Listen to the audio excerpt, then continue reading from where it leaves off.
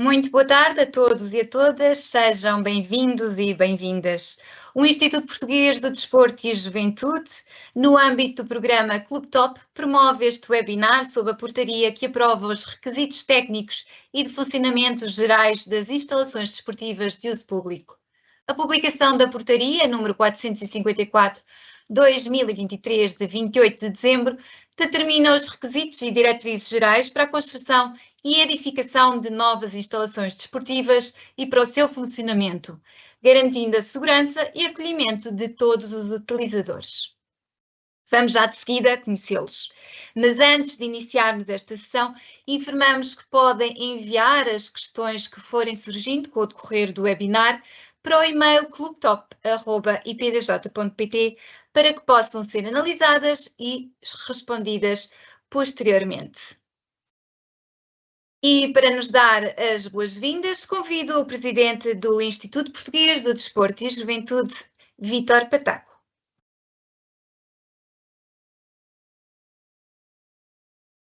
Obrigado, Filipa. Muito boa tarde a todos os participantes. Na verdade, tenho que dizer que estamos aqui com um problema técnico, estávamos à espera que conseguíssemos ter a presença do Secretário de Estado da Juventude e do Desporto, que está aqui com um problema técnico para entrar, e, portanto, na ausência dele, eu aproveito para dar as boas-vindas a todos os participantes, e são muitos aqueles que se inscreveram neste webinar, mais de 1000 pessoas se inscreveram neste webinar, por isso, muito obrigado pela participação.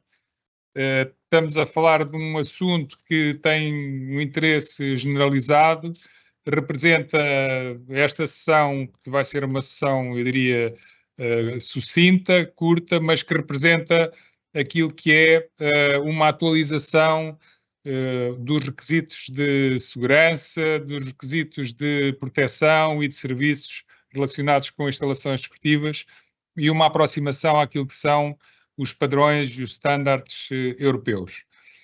Nós estamos a acompanhar e vamos continuar a acompanhar esta portaria em ligação com a autoridade, com a APCVD, com a Autoridade de Prevenção, para a Prevenção e Combate à Violência do Desporto, e por isso, juntamente com o IPDJ, vamos continuar sempre a acompanhar este assunto, vamos criar novas oportunidades adicionais de formação e informação sobre a matéria, porque ela não se esgota na sessão 2, através do programa Clube Top. Trata-se, neste momento, de um primeiro contributo, de um primeiro esclarecimento sobre esta matéria, e por isso eu queria agradecer à engenheira Luísa Costa, ao Dr. Paulo Fontes, da APCVD, à engenheira Luísa Costa, que é a diretora do Departamento de Infraestruturas do Instituto. Também, desculpem dar-me também um agradecimento às equipas internas do próprio IPDJ, da comunicação, e do próprio Frederico e Miguel, que estão aqui connosco, e, acima de tudo, agradecer àqueles que estão a participar. Por último, e dizer que os últimos webinars estão já disponíveis na página do YouTube do Instituto e, portanto, consultem aqueles relacionados com os microplásticos, se tiverem interesse nisso, ou da formação de crianças e jovens. Bom seminário, bom webinar para todas e para todos. Até já, obrigado. Muito obrigada, Sr. Presidente. E agora passo a apresentar a nossa primeira oradora, Luísa Costa, licenciada em Engenharia Civil, com formação complementar nas áreas de segurança contra incêndios em edifícios, sistema de certificação energética, gestão pública, contratação pública e avaliação em ativos imobiliários. Exerceu funções na Câmara Municipal de Lisboa, na área da implementação e gestão das infraestruturas desportivas municipais e, entre outras, no desenvolvimento e execução dos programas municipais de apoio financeiro ao associativismo desportivo. Em 2019, assumiu o cargo de diretora do Departamento de Infraestruturas do Instituto Português do Desporto e Juventude, onde coordena a área das infraestruturas desportivas e tecnológicas. Engenheira Luísa, passo-lhe a palavra.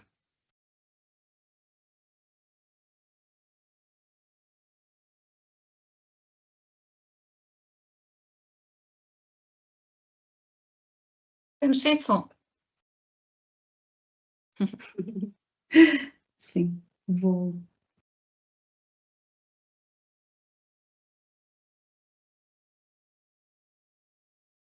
Já está? Já estão a ouvir a apresentação, correto? Sim. E com som? Sim, estamos com som e estamos, penso que sim, já está. Ok, então vá. Obrigada, Filipa. Agradeço ao Sr. Secretário de Estado, ao Presidente do Instituto pelo enquadramento do tema e agradeço também a todos os presentes pelo interesse por esta matéria, que, como já ouvimos, foram bastantes. Seguimos agora com a apresentação da Portaria número 454 de 2023, que aprova os requisitos técnicos e de funcionamento gerais das instalações desportivas de uso público. Dar nota do seguinte, esta apresentação será feita de uma forma simplificada, detalhando apenas alguns dos aspectos mais relevantes deste regulamento, não dispensando, por isso, uma leitura integral do documento. Vamos então ao primeiro slide, dando início à apresentação. Será importante fazer aqui um enquadramento legal. Desde 2009 que se encontra em vigor o regime jurídico das instalações desportivas de uso público, consagrado pelo Decreto-Lei 141 de 2009, e este regime jurídico determina no seu artigo 10º a necessidade de publicação de uma portaria com os requisitos técnicos e de funcionamento das instalações desportivas. E é isso que agora acontece, é a publicação desta portaria que dá resposta a este artigo 10º do regime jurídico das instalações desportivas de uso público. Esta portaria tem como principal objetivo definir os requisitos técnicos de concessão e funcionamento, tendo em vista melhorar a qualidade, a funcionalidade e a segurança das instalações desportivas, quer do ponto de vista dos praticantes e agentes desportivos, quer dos espectadores.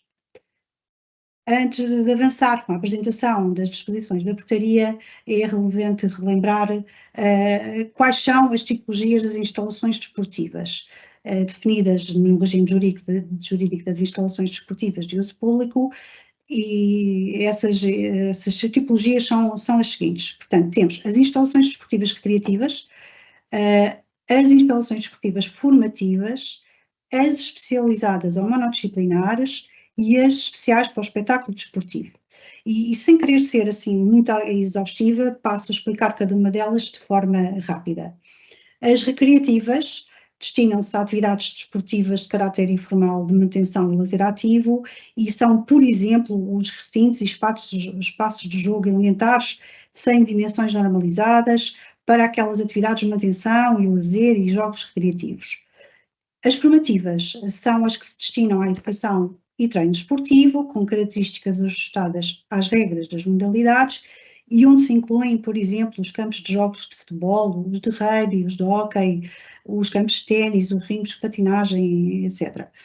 Portanto, a seguir, as especializadas e monodisciplinares são as instalações especialmente adaptadas para uma modalidade, por exemplo, as dos desportos motorizados, as dos equestres, náuticos, as instalações de golfe, os pavilhões, quando estão apedrechados para uma modalidade específica, como é o caso dos pavilhões especialmente apetrechados para as modalidades da ginástica, e por fim, as especiais para espetáculo. E estas são aquelas especialmente adaptadas para receber competições de alto nível e que terão, por isso, que cumprir os requisitos específicos estipulados no capítulo 4 da Portaria 454. E é importante aqui fazer uma referência que o IPDJ, na fase de licenciamento de uma instalação desportiva, só se pronuncia em matéria de duas tipologias. Quando são instalações especializadas ou monodisciplinares, ou quando são instalações desportivas especial para o espetáculo desportivo. Todas as outras tipologias não recolhem parecer do IPDJ. Passamos agora então à apresentação da Portaria 454, sendo destacar o seguinte: os requisitos técnicos e funcionais constantes nesta portaria são aplicáveis a todas as instalações desportivas de uso público abrangidas pelo regime jurídico das instalações desportivas que eu mencionei há pouco. Aplicam-se quer na fase de concepção e edificação da instalação desportiva, como mais tarde na fase de funcionamento. Encontrando estipulados nesta portaria também os requisitos de funcionamento, não estão só os requisitos de concepção, mas também se encontram os requisitos de funcionamento. Portanto, existem disposições na portaria que são aplicáveis na fase prévia à construção, ou seja, na fase de projeto, por assim dizer, e um conjunto de disposições que se irão aplicar na fase de funcionamento das instalações desportivas. Esta segunda parte dos requisitos de funcionamento será abordada pelo Dr. Paulo Fontes, da APCVD, na apresentação que segue a esta. Nesta portaria encontram-se assim definidos alguns requisitos urbanísticos e de acessibilidade a ter em conta quando, numa altura prévia, se define a localização das instalações desportivas. E para não ser aqui muito exaustiva, destaco a este nível só algumas. Uma delas é que esta localização deve ser escolhida e está conforme com os instrumentos de ordenamento do território e de proteção ambiental, e sempre que possível a localização deve ser de forma a complementar com outros equipamentos coletivos. As instalações desportivas especiais para espetáculo, essas terão uns requisitos mais completos, portanto terão que ter aqui requisitos mais específicos por via da sua especificidade, por assim dizer. É introduzido nesta portaria o conceito de capacidade máxima de utilização de uma instalação desportiva, o qual resulta do somatório de várias parcelas que se encontram aqui elencadas. A capacidade útil é a capacidade, o número de praticantes que podem estar na instalação desportiva, nas áreas de prática desportiva. A capacidade de enquadramento técnico são os treinadores, os monitores, os juízes, os árbitros e todos os técnicos que irão enquadrar a atividade. A capacidade de serviço inclui os funcionários, o pessoal auxiliar, o pessoal de proteção e segurança, os elementos da comunicação social e outras pessoas que eventualmente possam ter que estar no interior da instalação. Por fim, a lotação de espectadores será o número de pessoas admissíveis nas zonas reservadas a público espectador. Aqui é importante referir o seguinte: esta capacidade máxima de utilização tem que ser inferior à capacidade total de evocação do recinto, sendo esta o resultante do somatório das capacidades parciais de evacuação das diferentes áreas de instalação, determinadas pelas disposições da presente portaria, mas também pela legislação sobre segurança contra incêndios.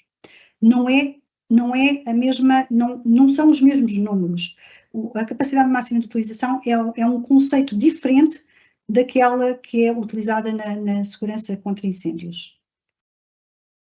O capítulo 4 desta portaria, neste primeiro título, neste capítulo 4 encontram-se definidos os requisitos de concessão, que são, neste capítulo, disposições gerais e aplicáveis a todas as tipologias de instalações desportivas e referenciados por áreas funcionais. Encontramos assim disposições relativas, por exemplo, às áreas de atividades desportivas, aos vestuários balneários, aos postos de primeiros socorros e apoio médico, etc., encontrando-se em cada artigo definidas as condições e critérios de dimensionamento para cada uma destas áreas. Encontram-se também definidas as condições, por exemplo, as áreas de visionamento e linhas de visão, as bancadas, as estruturas amovíveis, entre outras, sendo salientar que em muitas delas, para além das disposições descritas na portaria, também deverão ser observadas as disposições das normas elencadas no articulado. O articulado vai em alguns casos, e aqui nestas últimas que eu descrevi, mencionando algumas normas, e nestes casos as normas são de aplicação obrigatória. Sendo gerais, estas prescrições serão, em alguns casos, como por exemplo nas instalações especializadas ou especiais para o espetáculo, especificadas com maior pormenor nos capítulos referentes a estas tipologias. Ora, temos depois uma secção onde se encontram as disposições específicas por tipologia, onde encontramos os requisitos de concessão, tal como o nome indica, por tipologia de instalação desportiva, que são as tais tipologias que eu comecei por descrever. Começamos assim pelas instalações recreativas e neste âmbito destaco as disposições relativas aos pequenos estúdios para manutenção da condição física, com menos de 200 metros quadrados de área e sem piscina. E esta novidade é uma novidade, é que nestes casos passa a existir apenas a obrigação de disporem de vestiários e sanitários. Não está determinada a obrigação de dotar estas instalações com zonas de duche. Isto é uma absoluta novidade. Também nas instalações de utilização livre, em atividades físicas e jogos recreativos, os minicampos, os poliesportivos, as paredes escaladas, os parques de skate, etc., esses que nós encontramos por essas cidades fora, não haverá obrigatoriedade de instalação de vestiários balneários. Atenção, estamos a falar nas recreativas. Oi, que já andei para trás em vez de para a frente. No caso das instalações desportivas formativas, encontram-se definidas no capítulo 2 da portaria as disposições para grandes e pequenos campos de jogos, para pistas de atletismo, para pavilhões, para salas de desporto e piscinas. E aqui a este nível fazer apenas a referência às piscinas, onde mais uma vez, para além das disposições de portaria, há que ter em conta as normas mencionadas diretamente no articulado. Eu tenho aqui o resumo de algumas das normas a aplicar. No caso das instalações desportivas especializadas ou monodisciplinares, encontram-se elencadas na portaria disposições para os desportos motorizados, o karting, os desportos equestres, para o golfe e para os desportos náuticos. Neste tipo de instalações serão aplicadas então as disposições da portaria, havendo, contudo, algumas particularidades a tomar em conta quando se concebe uma instalação desta tipologia. Por exemplo, no caso dos desportos motorizados, a implantação dos circuitos deve ser objeto de estudo de avaliação de impacto ambiental, designadamente no que se refere ao ruído e à contaminação dos solos e do ar. Por exemplo, as instalações de esportes equestres, deve ser dado cumprimento à legislação em vigor no âmbito do regime do exercício da atividade pecuária, porque existem aqui animais sempre associados a esta atividade. E, no caso das instalações de instalação dos campos de golfe, deve ser observada a legislação em vigor no âmbito do regime de impacto ambiental. Portanto, são matérias a ter em conta e não só as que dizem respeito às instalações, aos requisitos da portaria. Instalações desportivas especiais para o espetáculo desportivo encontram-se especificadas ao longo de todo o capítulo 4 da portaria, no título 2, e, como podem verificar pela lista, as disposições sobre esta tipologia são muitas, pelo que farei apenas algumas notas acerca das mais relevantes. Então, quais são, então, efetivamente, as instalações desportivas especiais para espetáculo desportivo? Estas instalações são aquelas onde se podem conjugar os seguintes fatores: ter expressiva capacidade para receber público, ter condições para albergar os meios de comunicação social, ter uma utilização prevalente em competições e eventos desportivos de alto nível, ter capacidade para acolher a realização de espetáculos desportivos de risco elevado e incorporar recursos que permitam a difusão pública de eventos desportivos. Mas também são consideradas instalações desportivas especiais para espetáculo desportivo aquelas que, temporária ou permanentemente, reúnem condições para acolher eventos ou espetáculos desportivos e cuja lotação de espectadores, fixada nos termos do artigo 6º, que nós falámos lá em cima, seja superior a 1.000 lugares em instalações desportivas cobertas e 5.000 lugares em recintos desportivos ao ar livre. Como podem ver, serão poucas as instalações que se vêm a enquadrar aqui. Destacando aqui apenas algumas das disposições relativas às instalações desportivas especiais para espetáculo desportivo, desde logo a necessidade de existir um espaço periférico reservado a peões,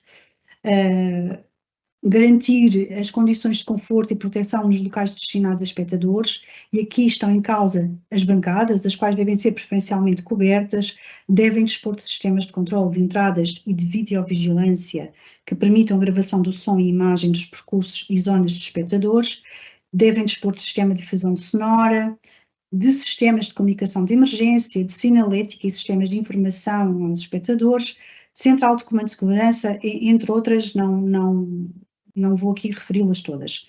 Mas como podem verificar, os requisitos técnicos para esta tipologia de instalação desportiva são vastos e exigentes e com um grande foco na segurança dos jogadores, quer sejam eles atletas, quer sejam espectadores. Para terminar, dou nota de que a portaria inclui um anexo, o anexo 2, que contém uma relação de normas técnicas. No entanto, essas normas, quando não estão referenciadas no articulado, são consideradas a título informativo.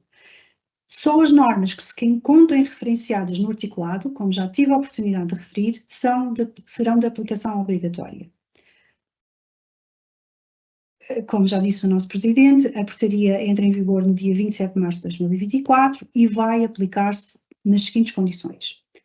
As novas construções que estejam em processo de licenciamento nesta data devem, sempre que possível, adaptar-se aos requisitos previstos na presente portaria. No entanto, quis o legislador que as obras de remodelação e ampliação em processo de licenciamento nessa data devam adaptar-se aos requisitos previstos na presente portaria.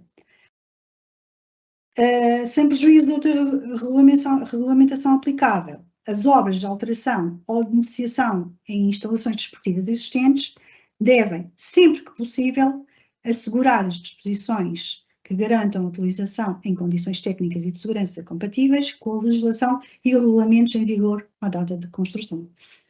E termino. Muito obrigada a todos. Agradeço a atenção dispensada e passo à Filipa. Filipa? Sim, sim.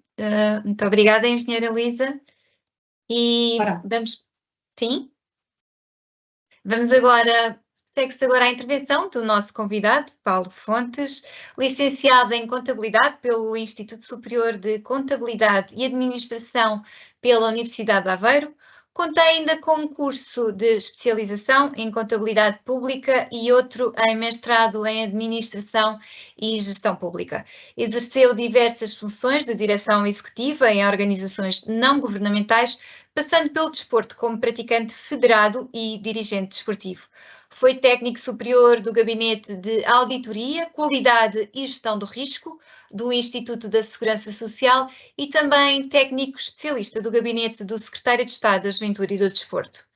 É vogal da Secretaria-Geral da Conferência de Ministros da Juventude e Desporto da CPLP. Membro do Conselho Técnico da Avaliação do Policiamento Desportivo e do Grupo de Avaliação da Violência no Desporto. Em 2019, assumiu o cargo de diretor do Departamento de Segurança dos Eventos Desportivos da Autoridade para a Prevenção e o Combate à Violência no Desporto. Dr. Paulo, a palavra é sua. Muito obrigado, Filipa, pela apresentação. Gostava de agradecer o convite, em especial ao Presidente do IPDJ, Vítor Prataco, convite que fez aqui à PCVD para participarmos neste importante webinar e também parabenizar a Luísa pela apresentação, que me poupou bastante trabalho naquilo que me proponho aqui a fazer. Foi para a PCVD um enorme prazer ter participado neste já longo período de análise e atualização desta legislação, ou seja, só para termos uma noção, o decreto-lei é de 2009 e estamos finalmente agora a conseguir completar este ciclo regulamentar com esta portaria, uma portaria que conseguiu não só atualizar um conjunto de padrões e de referências que já estavam em vigor em outros países, mas também teve um foco bastante grande na simplificação de procedimentos e, portanto, eu diria que dos grandes estádios aos pequenos estúdios de melhoria de condição física, portanto, houve simultaneamente esta preocupação de atualização de requisitos, mas também de simplificação de procedimentos. Então, se me permitirem, eu também preparei aqui uma pequena apresentação que vou partilhar. E, portanto, julgo que já estarão a vê-la. E, portanto, como uma imagem vale mais do que 1000 palavras, eu iniciaria então esta apresentação com a passagem de um pequeno vídeo que preparamos, que no fundo explica de forma resumida a atividade da APCVD. Portanto, deixo-vos com o vídeo.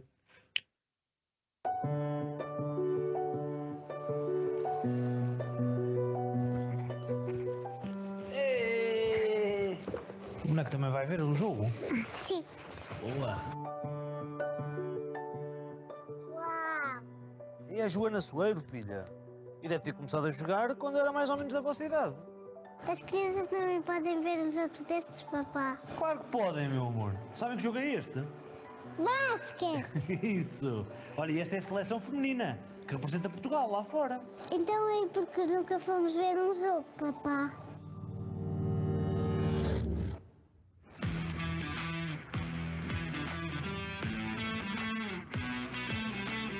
Para que a Júlia e a Alice possam sentir a essência do espetáculo desportivo, foi criada em 2018 a Autoridade para a Prevenção e o Combate à Violência no Desporto.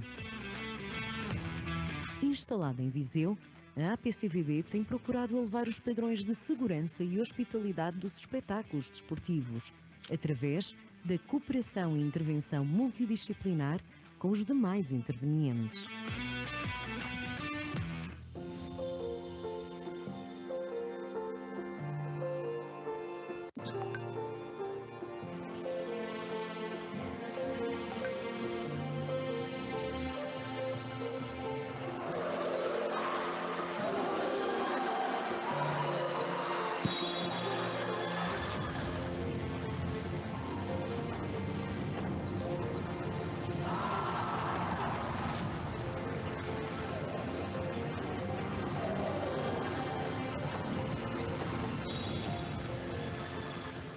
Pá, não é porque estamos aqui a ver jogo. Não, filha, há muita gente que trabalha aqui antes e durante e depois dos jogos para nós estarmos aqui a divertir-nos e a ver o jogo em segurança. Há mesmo muita gente envolvida, Alice. Muito trabalho desenvolvido pela APCVD e por diversas entidades e organismos públicos e privados. Tudo para que os espetáculos desportivos sejam mais seguros, protegidos e acolhedores.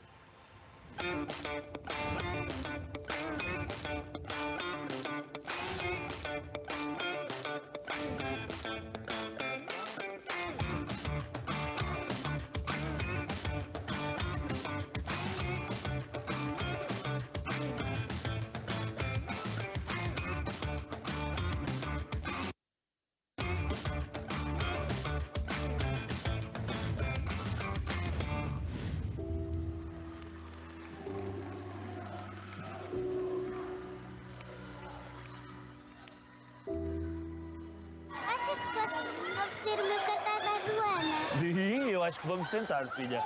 Achas que ela vai gostar? Eu acho que ela vai gostar muito.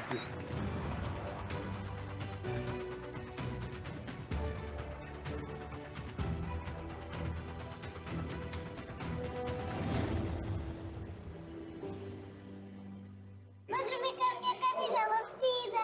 Amanhã podemos trocar, sim? A Júlia e a Alice assistiram pela primeira vez a um espetáculo desportivo e acreditamos que vão querer regressar. APCVD, juntos, rumo a eventos desportivos mais seguros e acolhedores.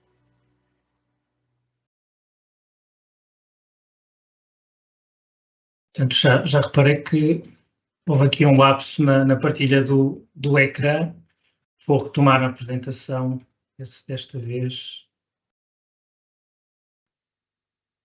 E partilhar o ecrã correto. Portanto, espero que tenham conseguido, de qualquer maneira, ver o vídeo e, no fundo, a ideia que queremos aqui transmitir, explicar um bocadinho o que fazemos aqui na Autoridade, mas também qual é que é o nosso objetivo, e é trabalhar para eventos mais seguros e acolhedores, porque aquilo que sabemos, e portanto nós temos que conhecer o passado e aprender com os erros do passado, sabemos que muitas vezes não tem sido assim, e portanto quer,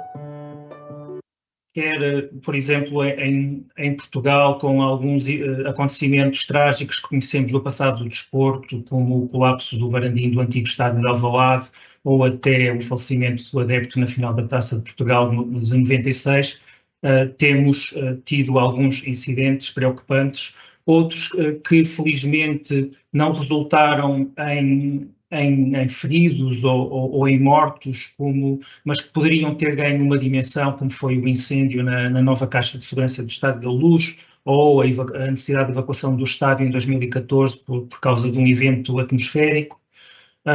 Também, por exemplo, encontramos alguns registros na comunicação social de problemas na gestão de acesso, por exemplo, numa final da taça do Rio Ave Benfica. Temos o episódio da invasão da Academia de Alcochete, que foi um episódio diferente, mas que levou também o legislador a ampliar o âmbito da legislação existente para combate à violência. E deixava aqui também este exemplo da tragédia da Associação Cultural, Recreativa e Humanitária de Vila Nova da Rainha, que, não tendo ocorrido em contexto desportivo, mas sim recreativo, mas, no fundo, traduziu uma realidade que é possível que seja a realidade na altura de muitas sedes de instituições desportivas e, portanto, aqui também esta preocupação relativamente às sedes administrativas. Felizmente temos sido poupados algumas das tragédias que todos conhecem na Europa, como foi Bradford City, um incêndio numa bancada que em 9 minutos engoliu toda a bancada, os incidentes de Hazel Park e Hillsborough, que levaram não só Portugal, mas todos os países reunidos no Conselho da Europa a organizarem-se e a tentarem alterar a legislação, atualizar a legislação e, portanto, desde essa altura tem-se assistido a uma evolução paralela dos diversos países. Portanto, a legislação existente nos países membros do Conselho da Europa não difere muito entre si. Portanto, isto resulta de 3 décadas de aprendizagem. Portanto, uma primeira década até 1990 muito focada na questão securitária e, se calhar, lembramos-nos nós dos campos com os gradeamentos, com os arames farpados, não é? E, portanto, essa preocupação securitária, que ela própria se tornou um problema, porque os estádios, alguns destes recintos, tornaram-se, no fundo, tão securizados que depois eram eles próprios um impedimento para a livre circulação e para a evacuação das pessoas. E, portanto, e na sequência de alguns dos incidentes que aqui falamos, houve uma evolução também para olhar para as condições estruturais e de segurança dos estádios e das outras infraestruturas desportivas, portanto, um desenvolvimento que ocorre ao longo da década de 90 até aos anos 2000, e depois, mais recentemente, inclusive é fruto até das experiências positivas que tivemos, por exemplo, em Portugal, com a organização do Euro 2004, portanto, o ganhar preponderância de um novo vetor que tem a ver com a integração, com o diálogo com os adeptos, com a hospitalidade e qualidade do serviço prestado. Isto traduziu-se numa convenção do Conselho da Europa atualmente em vigor, portanto, que foi lançada em 2016, que é a Convenção de Saint-Denis, e que apresenta precisamente a importância de haver uma abordagem integrada para estes 3 pilares. Os pilares da segurança, no sentido de prevenir e reduzir o risco de violência, atividade criminosa ou distúrbios. O pilar da proteção, no sentido de proteger a saúde e o bem-estar, quer dos atletas, quer dos espectadores. E também o pilar do serviço, fazer com que todos se sintam confortados, estimados e bem-vindos. E foi um pouco também com base nestes 3 pilares que a APCVD tentou contribuir para a atual portaria, e penso que é visível, no fundo, um conjunto de medidas que se enquadram nestes pilares. É preciso não perder de vista de que, no fundo, nós operamos num contexto legislativo diverso, não é? Em que a própria Constituição entra em jogo, dizendo que é uma competência do Estado, em colaboração com as autarquias e com os clubes, o combate à violência no desporto. Portanto, temos aqui um normativo legal, no fundo é o foco da nossa ação, que é a Lei 39 de 2009, o regime jurídico da segurança e combate ao racismo, à xenofobia e à intolerância nos espetáculos desportivos ou atos com eles relacionados, mas depois temos, quando estamos a falar de infraestruturas desportivas, um conjunto de legislação que necessitamos de conhecer e de articular para cumprir os diversos regimes, desde o REGUE, que é transversal a toda a edificação, como ao regime de acessibilidade, portanto, em que os recintos desportivos não se encontram excluídos do cumprimento dos requisitos de acessibilidade, mas a segurança contra incêndio, o policiamento de eventos desportivos e até o regime da segurança privada, em aspectos, por exemplo, relacionados com a videovigilância.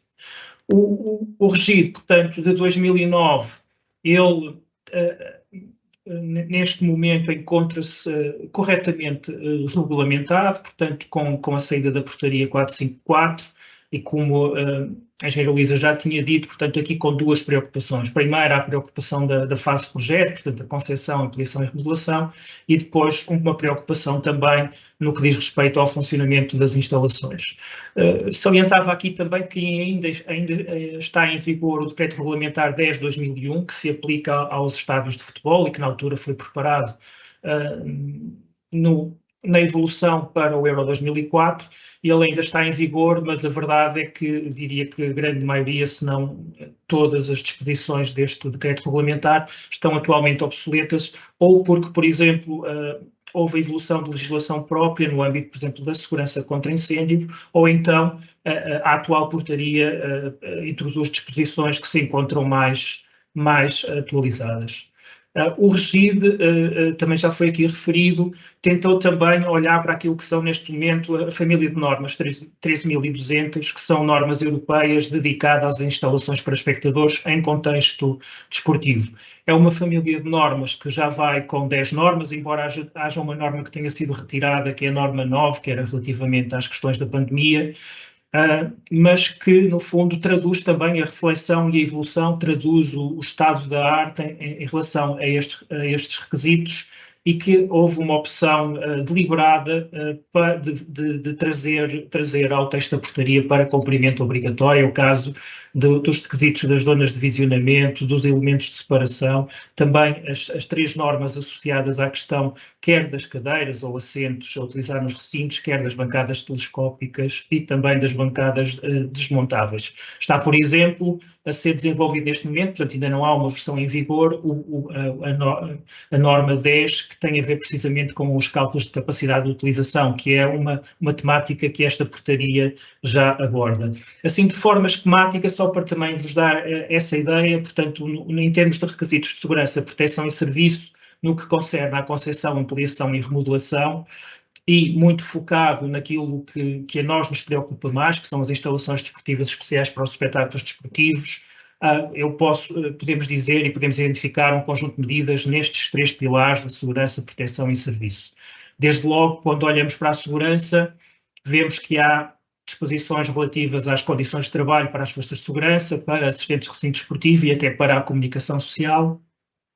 Por exemplo, no fundo, a preocupação na definição de um anel de segurança, de um espaço periférico, portanto, para conforto e segurança dos peões na periferia dos recintos, e, no fundo, também a atualização de requisitos para a existência de centrais de comando e segurança.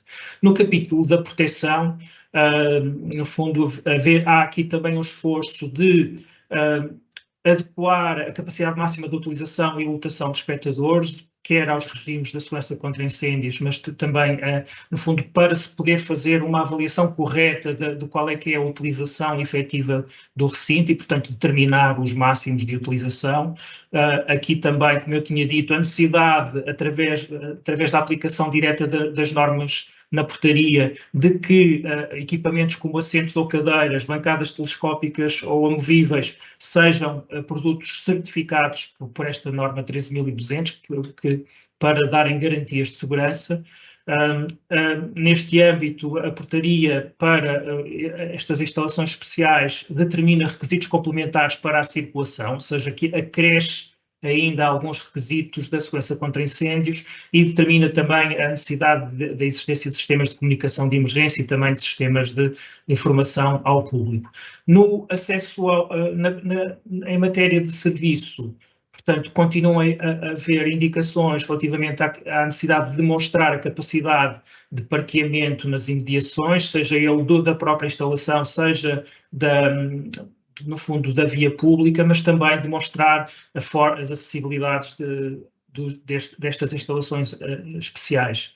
Chama a atenção para, houve uma atualização, quando comparamos, por exemplo, com o Decreto Regulamentar 10/2001, do rácio das instalações sanitárias, e este rácio aumentou, eu diria que cerca de 4 vezes, e o objetivo da ampliação deste rácio é precisamente garantir que elas cumprem a função para que estão destinadas, ou seja, num evento desportivo, num espetáculo desportivo, e isto é um problema especialmente no que diz respeito às mulheres, não faz sentido que a oferta de instalações não consiga responder àquela que é a procura expectável e que uma pessoa tenha que esperar 40 minutos numa fila para poder usar as instalações sanitárias. Portanto, aqui uma preocupação de atualização deste rácio, que é, no fundo, limita-se a acompanhar aquilo que é a tendência europeia, aquilo que já está nos cadernos de encargos das grandes organizações, como os mundiais, europeus e Jogos Olímpicos. Há também uma atualização do rácio para áreas de serviço, ou seja, a portaria pressupõe nestas instalações especiais que haja áreas de serviço, onde estão desde logo as instalações sanitárias, mas onde poderão estar outras áreas, como bares e outras tipologias de serviço, e, portanto, há também que cumprir um rácio que varia em função do número de espectadores. E, por fim, também a introdução na legislação nacional desta preocupação das medidas da determinação de capacidade de entrada e saída, ou seja, por exemplo, a capacidade de entrada como a capacidade que o recinto tem de acolher a sua lotação expectável no prazo máximo de 1 hora, contemplando todos os requisitos da entrada. Portanto, aí também uma preocupação para evitar a acumulação de filas, o que leva a gera insatisfação e que pode, no seu fim, até gerar violência. Um dos aspectos em que houve um grande esforço de articulação entre regimes jurídicos e de simplificação foi a questão dos regulamentos de funcionamento e regulamentos de segurança, ou seja, antes da última alteração à Lei 39, vigorava uma obrigação universal de que todos os recintos desportivos que recebessem público tinham que organizar regulamentos de segurança, e aquilo que a experiência destes últimos 4 anos nos diz é que estes são documentos complexos, são documentos que obrigam um conjunto de pré-requisitos, nomeadamente de organização das medidas de autoproteção, de licenciamento, demonstração das acessibilidades, que não tem sido fácil de alcançar para muitas das entidades que estão a organizar. Portanto, há aqui uma simplificação. Estes regulamentos de segurança, estes RESOEAPs, passam apenas a ser obrigatórios nas competições profissionais, nos jogos de risco elevado nível 1, e depois, independentemente da natureza da competição ou do risco, em recintos cobertos com lotação superior a 5.000 ou em recintos ao ar livre com lotação superior a 15.000, havendo a possibilidade, no entanto, de um determinado proprietário ou promotor entender, apesar de não estar incluído neste grupo, de entender organizar um RESOEAP em detrimento do regulamento de funcionamento. Portanto, os regulamentos de funcionamento são aplicáveis a todas as demais instalações, portanto aqui podem inclusive haver instalações especiais para o espetáculo desportivo que tenham um regulamento de funcionamento e não um regulamento de segurança.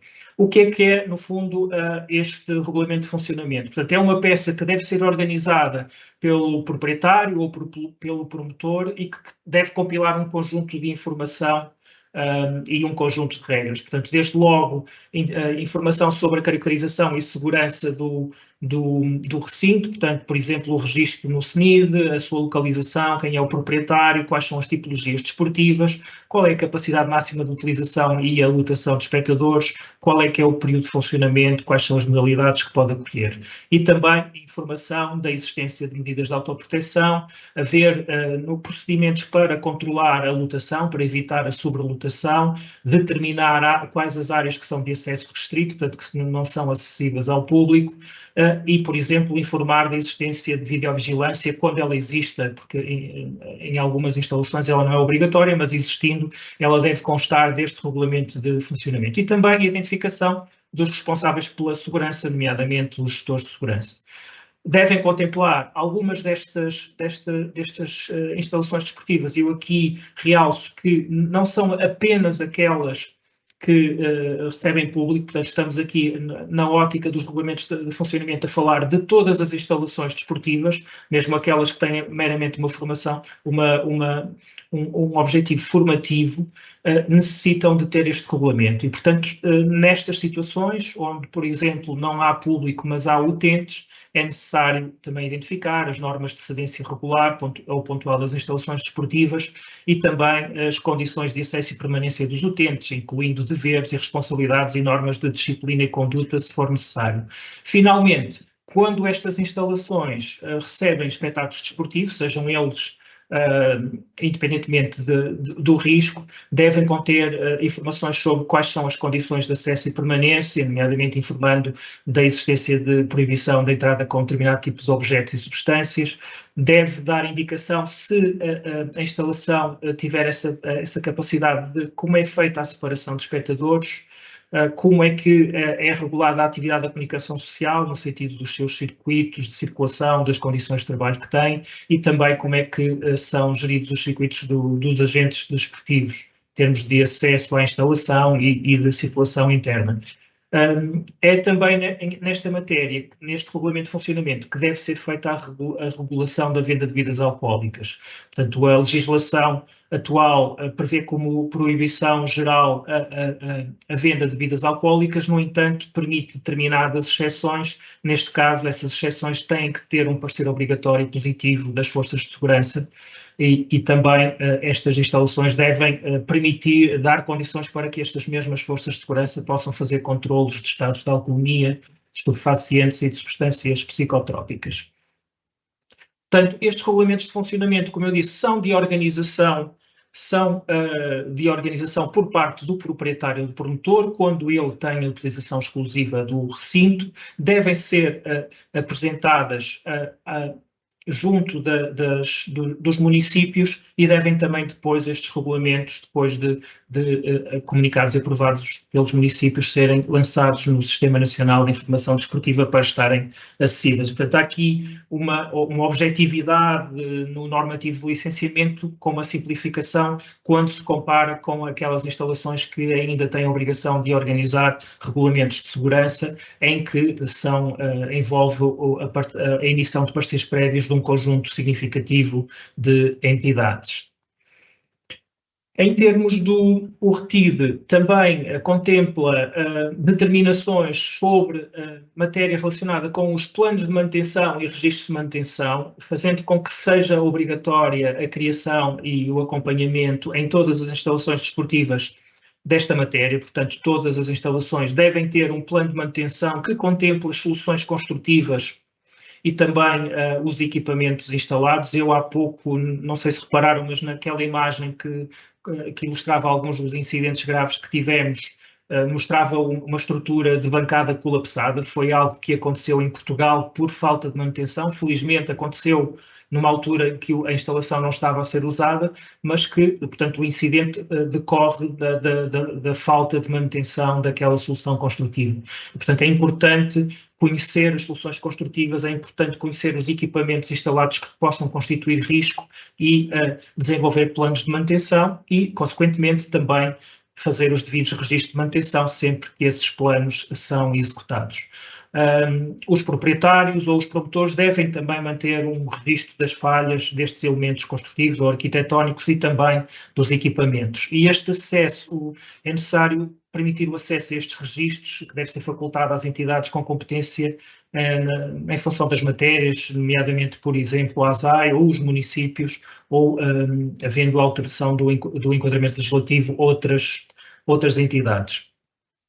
Uma outra obrigação geral tem a ver com também a necessidade de existirem planos e registros de operação e segurança, e aqui com dois níveis de exigência. Um nível mais simples de aplicação universal a todas as instalações desportivas, onde deve ser efetuado o registro de incidentes, por exemplo, de ferimentos incapacitantes ou com maior gravidade, onde, na sequência desses incidentes, possam ser registadas também medidas corretivas e preventivas, e onde, nas instalações que dispõem de mecanismos eletrónicos ou eletromecânicos de acesso, fazer o registro dos mecanismos de controle de acesso, portanto, o controle das lotações.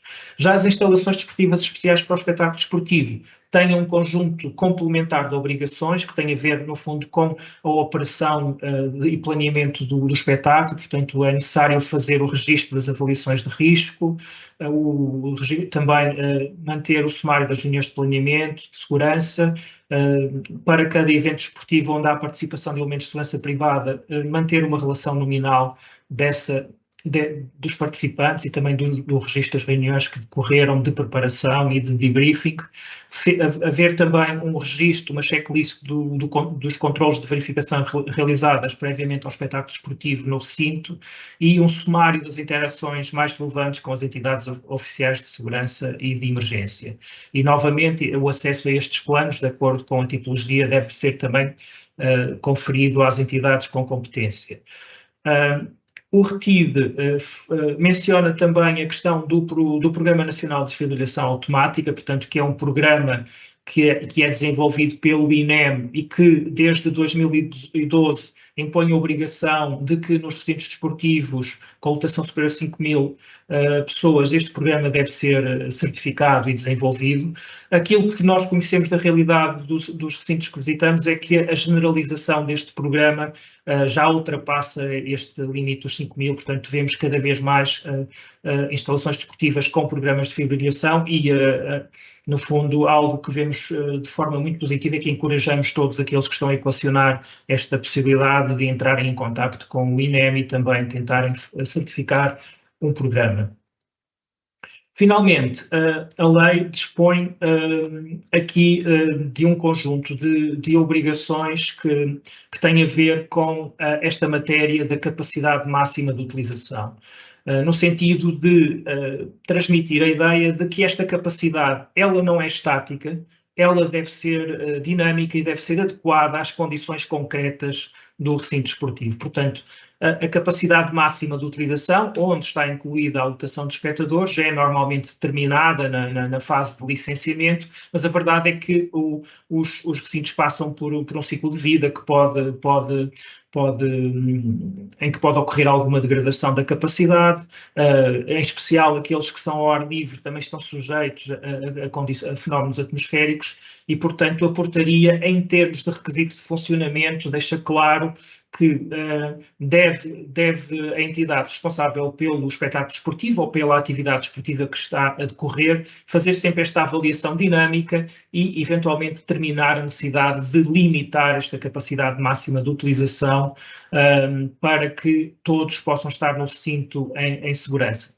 A portaria determina também a capacidade desta redução, a redução desta capacidade ser feita pelas entidades competentes quando, no fundo, e através do conhecimento de causa e através da consulta de registros, se detectam que a atividade está exposta a riscos excessivos e é necessário mitigar essa capacidade. Portanto, são estas as preocupações em termos de funcionamento. Eu realçava aqui que estes capítulos específicos sobre o funcionamento das instalações, nomeadamente do artigo 46 ao artigo 50, a sua entrada em vigor acontece apenas 180 dias após a entrada em vigor da própria portaria, portanto estamos a falar de cerca de 22 de setembro deste ano, portanto há aqui um período para que os proprietários e os promotores consigam se adaptar a estes requisitos.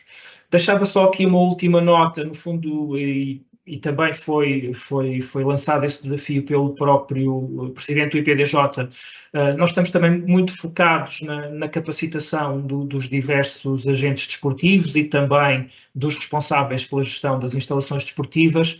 Mencionava aqui um curso que já está disponível, que é a adaptação para português de um curso do Conselho da Europa sobre a Convenção de Saint-Denis, que é Proteção, Segurança e Serviços em Espetáculos Desportivos. Se procurarem na nossa página da internet, poderão encontrar um link para fazerem este curso. Ele é bastante interessante e é gratuito. Estamos também a ultimar e iremos lançar no próximo dia 20 de fevereiro a formação prevista na Lei 39 para gestores de segurança naquilo que são as competições de não profissionais ou de risco elevado, nível 1 ou 2, portanto, no fundo, o grande conjunto de instalações que necessitam de capacitar este gestor. Portanto, a formação ela vai ser feita num módulo de ensino à distância, na plataforma NAU, da Fundação para Ciência e Computação Nacional, será também de acesso gratuito. Estamos, na medida das nossas possibilidades, sempre disponíveis também para participar em ações de sensibilização, Temos-lo feito não só com as forças de segurança, mas também com diversos municípios, diversas federações, portanto, mantemos sempre o interesse e a vontade, havendo capacidade para participar nestas dinâmicas. Portanto, agora resta mesmo só agradecer a vossa paciência e espero que esta informação tenha sido útil. Muito obrigada, Dr. Paulo, pela sua intervenção e agradecemos a participação dos nossos oradores e oradora e a todos os que nos acompanharam online. Esperemos que saiam daqui mais informados e esclarecidos. Relembro que têm ao vosso dispor o e-mail clubtop@ipdj.pt para colocarem questões sobre a temática. Continuem a seguir-nos online nas redes sociais e no portal do IPDJ em ipdj.gov.pt para ficarem a par de todas as nossas iniciativas. E para terminar este webinar da melhor forma, convido o Dr. Paulo Fontes a partilhar novamente connosco o vídeo da Autoridade para a Prevenção e Combate à Violência no Desporto, desta vez em full screen. Pode ser, Paulo? Muito obrigada. Vamos a isso. Boa noite.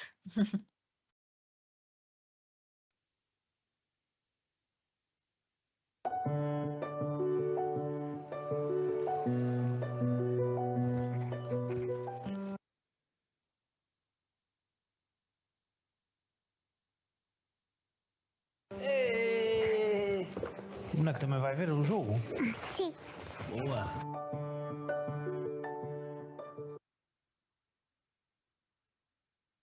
Uau.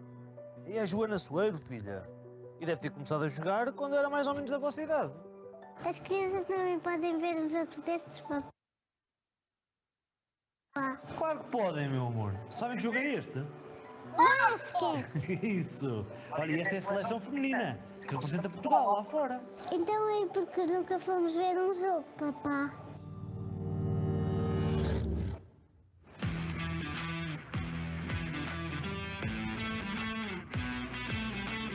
Para que a Júlia e a Alice possam sentir a essência do espetáculo desportivo, foi criada em 2018 a Autoridade para a Prevenção e o Combate à Violência no Desporto.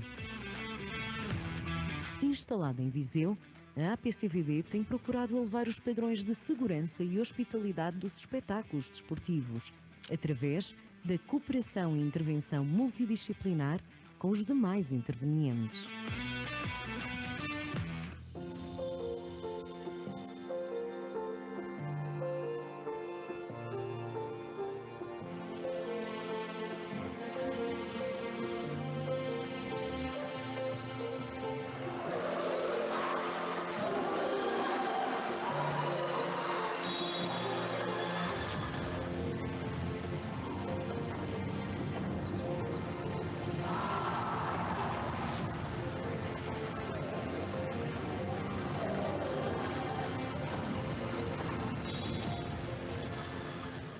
Pá, não é porque estamos aqui a ver jogo. Não, filha, há muita gente que trabalha aqui antes e durante e depois dos jogos para nós estarmos aqui a divertir-nos e a ver o jogo em segurança. Há mesmo muita gente envolvida, Alice. Muito trabalho desenvolvido pela APCVD e por diversas entidades e organismos públicos e privados. Tudo para que os espetáculos desportivos sejam mais seguros, protegidos e acolhedores.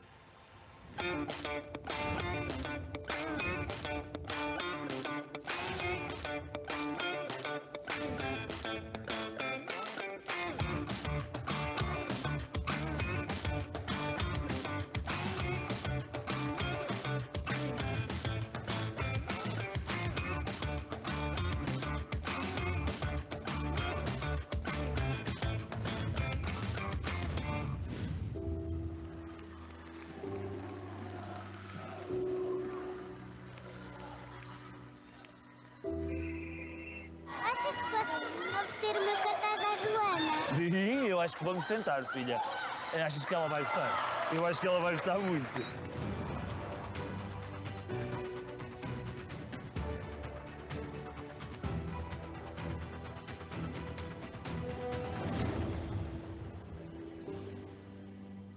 Mas dormir com a minha camisola vestida.